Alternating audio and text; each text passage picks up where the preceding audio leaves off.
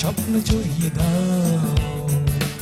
অবুজ কুসুম কলি রঙেতে রাঙে না, যদি মমতার রঙে তার রাঙিয়ে নাও। হাত বাড়িয়ে দাও, দু হাত বাড়িয়ে দাও।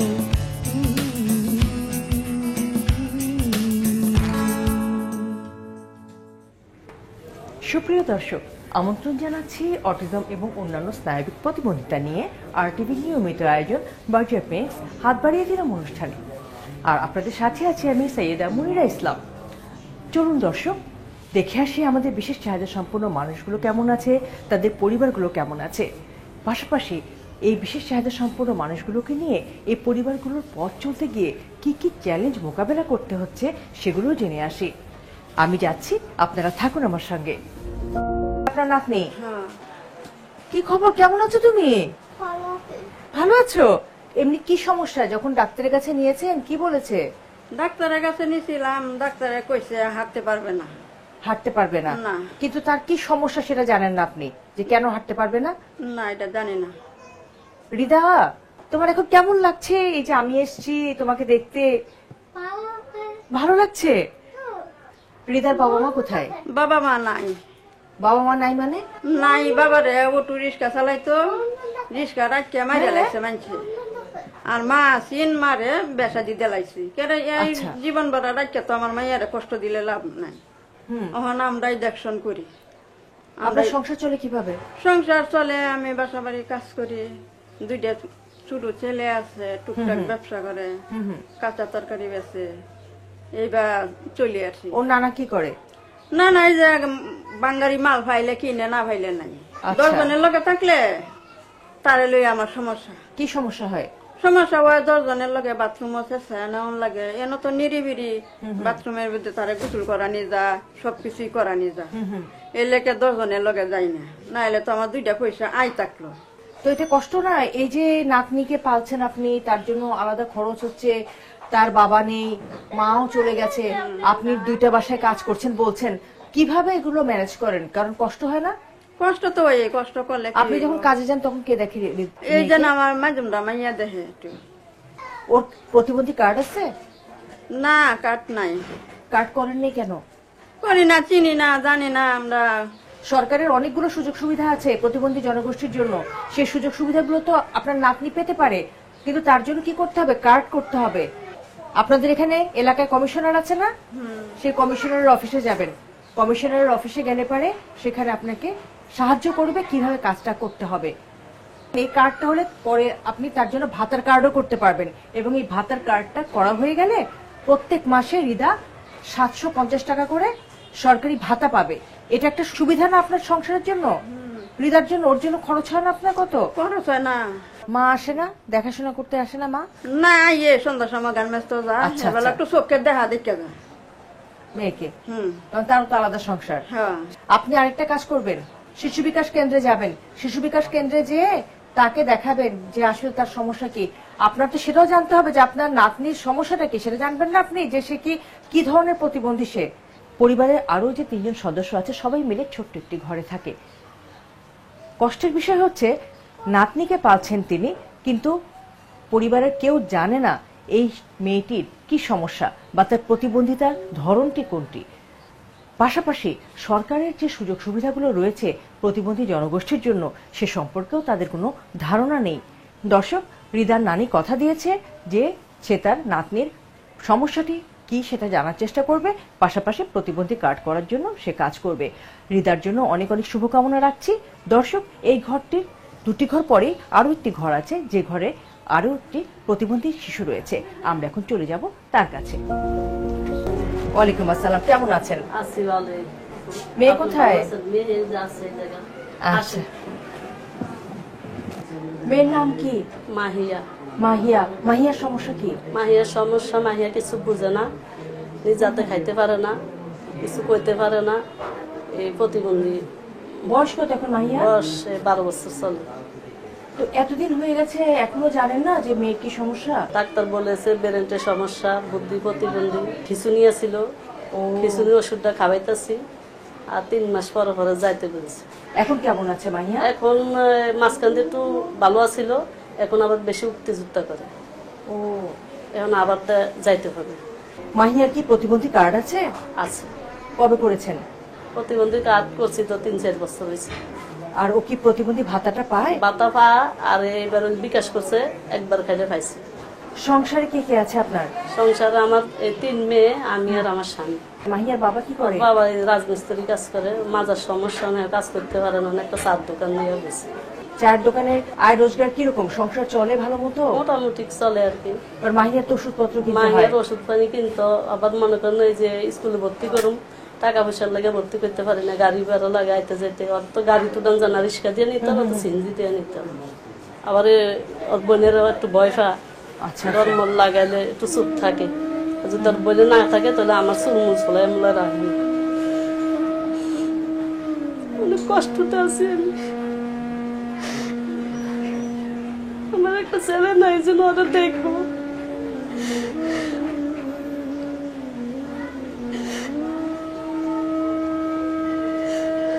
আপনারা যদি কোনো একটু সাহায্য করেন আমার,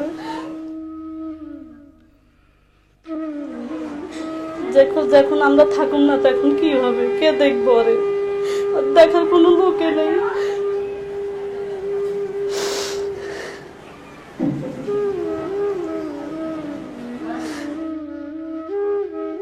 ওর দিকে তাকাইলে আমার অনেক কষ্ট লাগে, অনেক দুঃখ লাগে। খুব স্বাভাবিক, সে তো নিজে কিছুই করতে পারে না, কথাও তো বলতে পারে না। কিছুই বুঝে না, কথাও বলতে পারে না, আগামী তোর কথা কইতে পারে না, নিজের হাতে খাইতে পারে না, আর খাওয়াই দিত। আমরা যদি মরে যাই কে ওরে কি করবো, আমার ওই টেনশন লাগে। দর্শক, আমি যখন মাহিয়ার মার সাথে কথা বলছিলাম, মাহিয়ার মা যখন বলছিল সন্তানের ভবিষ্যৎ নিয়ে অনেক চিন্তিত সে, এবং কান্নাও করছিল যে মাহিয়ার বাবা মা বেঁচে না থাকলে মাহিয়ার কি হবে। অনতি দূরেই কিন্তু দাঁড়িয়ে আছে মাহিয়ার বাবা। আমি লক্ষ্য করলাম মাহিয়ার বাবাও কিন্তু কেঁদে চলেছেন। এটাই বাস্তবতা। বিশেষ চাহিদা সম্পন্ন সন্তানদের ভবিষ্যৎ এভাবেই কাঁদায় আমাদের বিশেষ চাহিদা সম্পন্ন সন্তানদের পিতা মাতাকে। হাত বাড়িয়ে দাও, হাত বাড়িয়ে দাও। দর্শক, এই মুহূর্তে কথা বলবো মাহিয়ার বাবার সাথে। কেমন আছেন আপনি? জি আলহামদুলিল্লাহ ভালো, আপনি কেমন আছেন? আমিও আছি মোটামুটি। আপনি তো এখন চায়ের দোকানে বসছেন, বা আপনার একটা চায়ের দোকান আছে? জি, একজন তো কিছু টাকা লেগে বর্তমানে কিন্তু চার দোকান, ওই চার দোকানে মোটামুটি পোষার যায় না, আর সব কিছু দাম বেশি। মেয়ে অনেক কষ্ট নিয়ে জীবন যাপন করতেছে, তার মাঝখানে আড়াই গেছিল, আড়াই যাওয়ার পরে মনে করেন আপনি 2-3 বছর আগে আড়াই গেছে, দিনে 10টা বাজে আড়াইছে, টোকাইতে টোকাইতে ওরে 4টা-5টার দিকে পাইছে ওরে আড়াই গেছে। কার কাছে যাবো, কে খাওয়াইবো, কে কি করবো, কে অ্যাক্সিডেন্ট করে নাকি পরে নাকি করে টেনশনে গাড়ি আমি আমার মতো হয়ে গেছি। বাসার যত বাড়াইতে আছে সবাই ঘরের মধ্যে খালি আয় উঠাস, ওর টেনশনে মনে করেন আমার সব শেষ হয়ে গেছে। টোকাইতে টোকাইতে মনে থানার ওদিকটা মাইকিং করতে করতে গেছি, পরে আমি তো পরে দিতে করছি, পরে আমার পুত্রা মাইকিং করছে, পুত্রার থানার লোকে ডাক দিছে, পুলিশের ডাক দিয়ে পরে থানা ধরে পাওয়া গেছে। পরে আমার আবার ফোন দিয়েছে, আমারও পাওয়া গেছে, পরে আমার দেখে দৌড়ে আমার কোলের ভিতরে আছে, ওর পায়ে মনে করেন আমি এটা কি পাইয়া গেছি। আমার শুধু যদি মেয়ে না দেখলে ওর প্রতিবন্ধী, কিন্তু প্রতিবন্ধী আমার কাছে প্রতিবন্ধীর মতো লাগে না। আমি বাইরেতে ওরা আইসা না দেখলে আমার অনেক কষ্ট লাগে। আমার মেয়ের খুশি, আমার ওয়াইফের কিছু, ওর মাইরও নাকি ওর প্রতিবন্ধী। আল্লাহ আমাদের পরীক্ষা দিছে, আল্লাহ আমাদেরকে পরীক্ষা দিছে, ওর ইয়া করার জন্য ওরা কিন্তু মানুষ যাবে না, ওর ছেলে আল্লাহ ডাল ভাত যেমনি আল্লাহ খাবার। বর্তমানে সরকার যে 750 টাকা ইয়েটা দেয়, বাচ্চাটা দেয়, এই বাধা দিয়ে কিচ্ছু হয় না। আচ্ছা, আপনি কি জানেন যে সরকার কিন্তু এই ধরনের যে প্রতিবন্ধী মানুষগুলো আছে তাদেরকে স্বনির্ভর করার জন্য, স্বাবলম্বী করার জন্য ঋণের ব্যবস্থা করেছেন। সব প্রতিবন্ধী মানুষ তো সম্ভব না নিজেরা কাজ করে খেতে পারবে। যাদের এরকম অবস্থা তাদের বাবা মাকেও কিন্তু ঋণ সহায়তা দেওয়া হয়। আপনি কি সেই বিষয়টা সম্পর্কে জানেন? এই সম্বন্ধে আমার জানা, আমি তো পড়ালেখা করি না। চায়ের দোকানটাকে যদি আপনি আরো ভালোভাবে চালাতে পারেন সেটা আপনার জন্য ভালো না? সেজন্য যদি আপনি ঋণ নিতে পারেন সরকারের কাছ থেকে, সরকার তো দেওয়ার জন্য প্রস্তুত আছে, আপনাকে আবেদন করে ঋণটা নিতে হবে। এই জন্য আপনাকে যোগাযোগ করতে হবে। মিরপুরে যে সমাজসেবা অফিসটা আছে সেই সমাজসেবা অফিসে যাবেন, যে আপনি যোগাযোগ করবেন। সব জিনিসগুলো আমরা তাকে জানতাম না, কিন্তু আপনার কাছে শুনছি, শুই না যাতে যে লোন দেয়, লোন লইলেও তোমার আমরা একটা দোকান বা ব্যবসা করে ব্যবসাতে উন্নতি করতে পারবো। সেটা চিন্তা করে সরকার আসলে ব্যবস্থা করেছে। আমার মেয়ে হলো প্রতিবন্ধী, শুধু আমার মেয়ে না, আরো তো বাংলাদেশে আরো অনেক প্রতিবন্ধী মেয়ে আছে, থাকার জন্য একটা পুনর্বাসন করে দেয় সরকারের কাছে আমার একটা আবেদন। দর্শক, আপনারা নিশ্চয়ই বুঝতে পারছেন অসচেতনতা আসলে আমাদের মধ্যে প্রকট। আমরা সচেতন না, আমরা জানি না সরকার আমাদের প্রতিবন্ধী জনগোষ্ঠীর জন্য কত কত সুন্দর সুন্দর সুযোগ সুবিধা তৈরি করেছে। এগুলো নেয়ার জন্য আমাদের সদিচ্ছার দরকার। আমাদের সদিচ্ছার অভাব হেতুই আমরা আসলে জানছি না যে এই সুযোগ সুবিধাগুলো কোথায় আছে, কিভাবে পাওয়া যায়, কিভাবে আমার সন্তানের জন্য আমি সুযোগগুলো পেতে পারি। এখন চলে যাব আরো কিছু অসহায় বাবা মার কাছে, যারা তাদের প্রতিবন্ধী সন্তানদেরকে নিয়ে প্রতিটা মুহূর্তে কঠিন কঠিন চ্যালেঞ্জ মোকাবেলা করে এগিয়ে যাচ্ছে। চলুন দর্শক।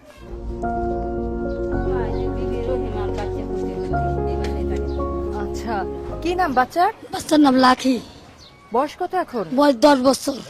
সমস্যা কি? এই যে সমস্যা ঘাড়ের সমস্যা, কোমরের সমস্যা, মাথায় সমস্যা, মনে করে সোজাই কিছু খাইতে পারে না, পয়রা যা খাওয়ার দিলে অনেক কষ্ট হচ্ছে। মনে করেন গালে ফার যে ঘা হয়েছে, মানে আমি ট্রিটমেন্ট করাইতে পারি না, আমার টাকা পয়সার জন্য কিছু করতে পারতেছি না। বাচ্চার বাবা কোথায়? বাচ্চার বাবা নাই। নাই মানে? 4 বছর ধরে খোঁজ খবর নাই। বাচ্চার কোনো আমাদের কোনো দেখশন নেয় না, মনে করেন অনেক কষ্টকাল আছে। আমি আসি, বাচ্চার বাবা জানে যে বাচ্চাটা প্রতিবন্ধী? হ্যাঁ, আগে দেখছে, মনে করেন ঘৃণা করে আমার কাছে আর আসে না। আপনার ছেলে মেয়ে কয়জন? আমার ছেলে মেয়ে 3 জন। এগুলার নিয়ে অনেক কষ্ট ক্লাস করতেছে। আমার স্বামীটা তো আমি খোঁজ খবর নেয় না, কোনো খরচপাতি কিছুই দেয় না? কিছুই দেয় না। আচ্ছা, আমিও বাচ্চাটা নিয়ে চলাফেরা করতে অনেক অসুবিধা, মনে করেন আমারও সিজার। তো আপনি কি কাজ করেন? আমি কাজ কেমন করতে পারি না, আমার সিজার তো ব্যথা বাড়িয়ে গেছে। হ্যাঁ। আমি নিজে বাচ্চাটার সাথে অসুস্থ হয়ে গেছি বর্তমানে। তাহলে সংসার চলে কিভাবে? অনেক কষ্ট হচ্ছে, কটা দিন ধরে খুবই কষ্টতে দিন ওর কার্ড আছে? জি ওর না, প্রতিবন্ধী কার্ড আছে? কাট হয় না, কাট হয়ে দেয় না আমারে। কেন দেয়নি? আপনি কোথায় এটার জন্য আবেদন করেছেন? আমিও আবেদন করেছি 13 নম্বর। 7 বছর থেকে বাচ্চার এটা নাম দিছিলাম, অনেক বই দিব কই আর দেয় না। এখন মেয়ের বয়স কত? 10 বছর চলতেছে। কত বছর বয়সে দিছিলেন আবেদন পত্র? দিছিলাম আবেদন, মনে করেন 3 বছর দেয়, 4 বছর হয়ে আছে। সেই সময় দিছিলেন? জি, আমার দিচ্ছে না কিছু এ পর্যন্ত। আমি কোন খোঁজ করছেন আবার যায়? জি। কি বলেছে তারা? কইতাছে কি দিব কইতাছে, কয় দাও না ইয়ে না। দর্শক, আমার হাতে যে কার্ডটি রহিমা বেগম দিয়েছে, সেই কার্ডটা ইস্যু হয়েছে 21/10/2018 তারিখে, আর আজকে হচ্ছে 8/10/2021।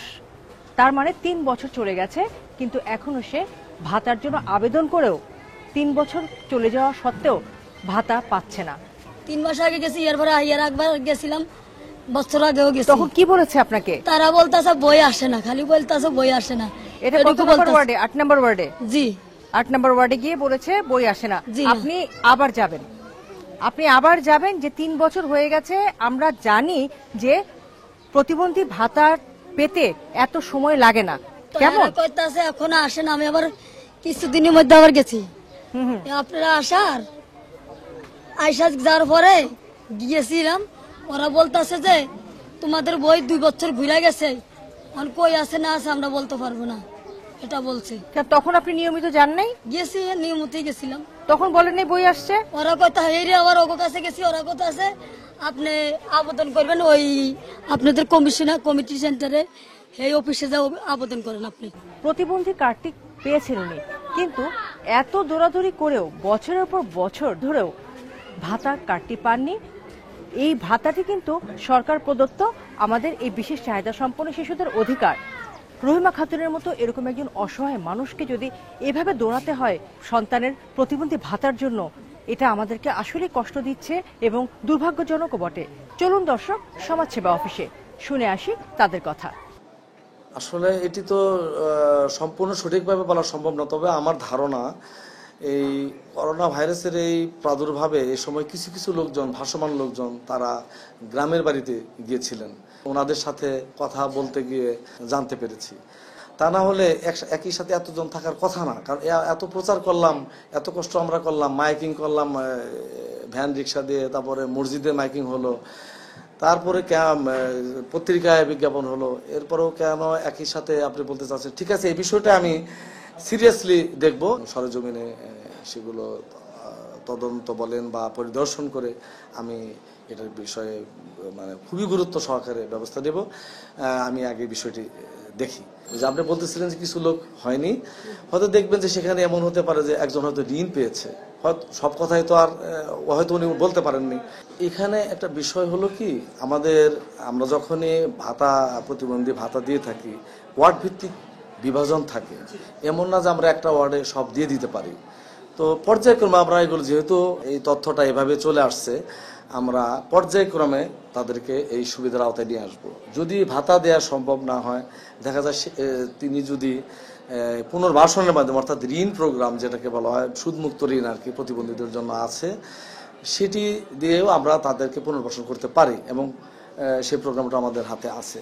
যেমন আমরা 190 জনকে প্রতিবন্ধী ব্যক্তিদেরকে পুনর্বাসন করেছি, আরো 110 জনকে করেছি পুনর্বিনিয়োগের মাধ্যমে। তো এভাবে আমরা তাদেরকে ক্ষুদ্র ঋণ বলে এটাকে, তাদের পরিশোধ করতে হয় ঠিকই, উইথ 5% সার্ভিস চার্জ, সুদমুক্ত। তো এটা করতে হয়। তো এটা এই সকল ক্ষেত্রে আমরা তাদেরকে কিন্তু দিচ্ছি। যদি দেখা যায় যে প্রতিবন্ধী নিজে কিছু করতে পারবেন না, তার বাবা সেক্ষেত্রে সক্ষম, তাকে আমরা তার বাবাকেই তার কারণে ঋণটা দিয়ে থাকি। ক্ষুদ্র ব্যবসা, যেমন ছোট একটা মুদির দোকান অথবা চায়ের দোকান অথবা এ ধরনের ছোট ছোট প্রোগ্রাম ক্ষুদ্র ব্যবসা বলে, সেটা সে করতে পারে। সেই ক্ষেত্রে আমরা তাদেরকে 20,000 টাকা পর্যন্ত ক্ষুদ্র ঋণ দিয়ে থাকি, দিয়ে তাদেরকে পুনর্বাসন করি। এবং এটা আমাদের সুপারভিশনে থাকে যে সে কতটুকু অগ্রগতি হলো, বা কত। ক্ষুদ্র ঋণ পেতে হলে তার ওই তো সে একইভাবে পরিচয়পত্রটা, প্রতিবন্ধী পরিচয়পত্র লাগবে। কি নাম ওর? হাসান। বয়স কত? 8 মাস। 8 মাসে পড়ছে। কি সমস্যা ছেলের? কথা বললে মানে 8 মাসের বাচ্চাটা তো এটা বসে না। ডাক্তারের কাছে নিয়েছো না? নিছি তো ডাক্তারের কাছে নিছি, মাথার এক্সরে দিছে, রক্ত পরীক্ষা দিছে। ডাক্তার এমনিতে কি বলেছে ওকে দেখে? ডাক্তারে বলছে যে সমস্যা আছে বাচ্চাটার, হাত পাড়ি শক্ত হয়ে থাকবো, বড় হইতে থাকবো, শক্ত হইতে থাকবো না, চেস্ট করাইলে সমস্যা হইব বড় হইলে। ছেলের বাবা কি করে? ছেলের বাবা গার্মেন্টসে চাকরি করে। আচ্ছা, বাসার কে কে আছে তোমার? বাসায় আমার শ্বশুর বাসায় আমার শ্বশুর আছে, ননদ আছে, দেওয়ার আছে। আচ্ছা, এটা তোমার প্রথম বাচ্চা? তো এখন কি ভাবছো, তার বাবা আর তুমি মিলে কি ভাবছো যে বাচ্চাটির এরকম সমস্যা, এটা কি ভাবছো? চিকিৎসা করানো লাগবো। হ্যাঁ, অবশ্যই ভালো করে চিকিৎসা করাতে হবে। তুমি শিশু বিকাশ কেন্দ্রে নিয়েছিলে ওকে? না, নেই। তাহলে একটু শিশু বিকাশ কেন্দ্রে নিয়ে যাও, তোমাদের শিশু হাসপাতাল তো খুব কাছেই, তাই না? তুমি কি 7 মাসে ধরতে পেরেছো নাকি তারও আগে ধরতে পেরেছো? তারও আগে, মানে বসে নাই, করে না, মানে এই 40 দিনের পরে তো সব পোলা পানি করে পল্টে যায়, ওই তো পড়লে না, বাড়েও না। ও আচ্ছা আচ্ছা। বাসায় মুরব্বী কে আছে? দাদি আছে। এই বাচ্চা চিকিৎসার জন্য কোথায় কোথায় নিছো তাকে? যেখানে বলছে সেখানে নিয়ে গেছি। যেমন কেউ বলছে যে ফকিরের কাছে নিয়ে যাও, কেউ বলছে ডাক্তারের প্রয়োজন, সেখানেই নিয়ে গেছি।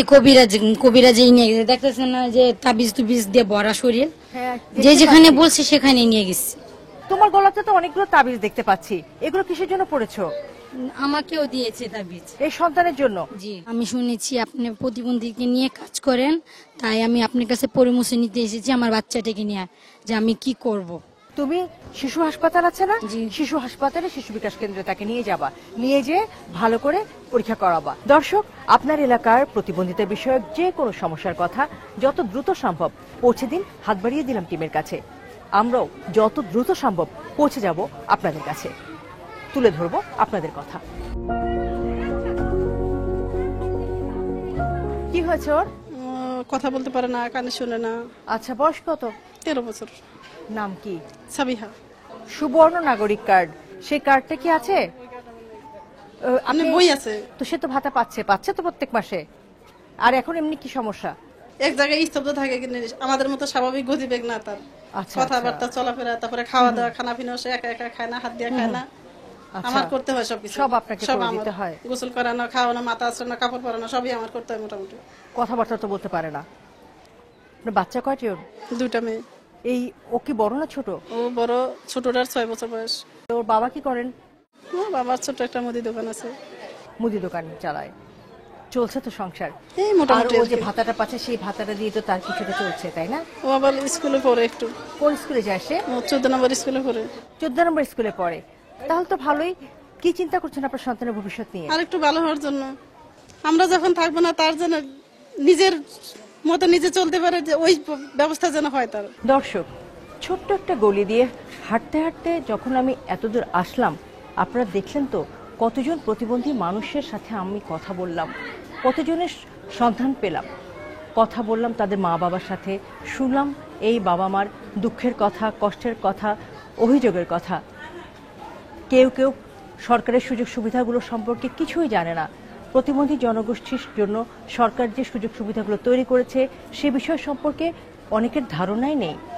কেউ বা জানে, তারা আবেদনও করেছে এই সুযোগ সুবিধাগুলো পাওয়ার জন্য, কিন্তু নানা জটিলতায় আজও সেই সুযোগ সুবিধাগুলো তারা পায়নি।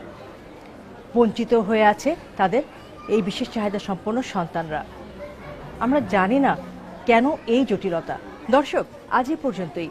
আগামী পর্বে আপনাদেরকে নিয়ে যাব অন্য কোনো এলাকায়, পরিচয় করিয়ে দিব সেই এলাকার প্রতিবন্ধী জনগোষ্ঠীর সাথে, শুনবো তাদের কথা, শোনাবো তাদের কথা আপনাদেরকে।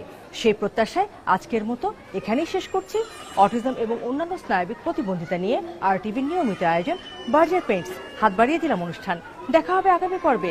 সে পর্যন্ত সবাই ভালো থাকুন, সুস্থ থাকুন, RTVর সাথেই থাকুন। দু হাত বাড়িয়ে দাও, স্বপ্ন জড়িয়ে দাও, অবুঝ কুসুম কলি রঙেতে রাঙিয়ে যদি মমতার রঙে তার রাঙিয়ে নাও। হাত বাড়িয়ে দাও, দু হাত বাড়িয়ে দাও।